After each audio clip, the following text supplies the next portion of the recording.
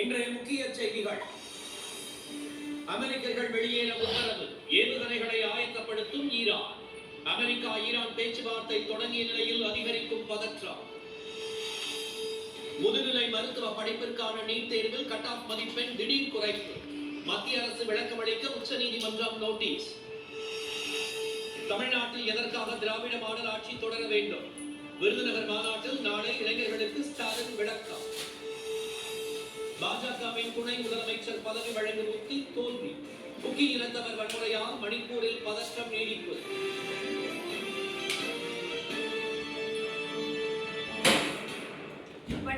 வணக்கம்.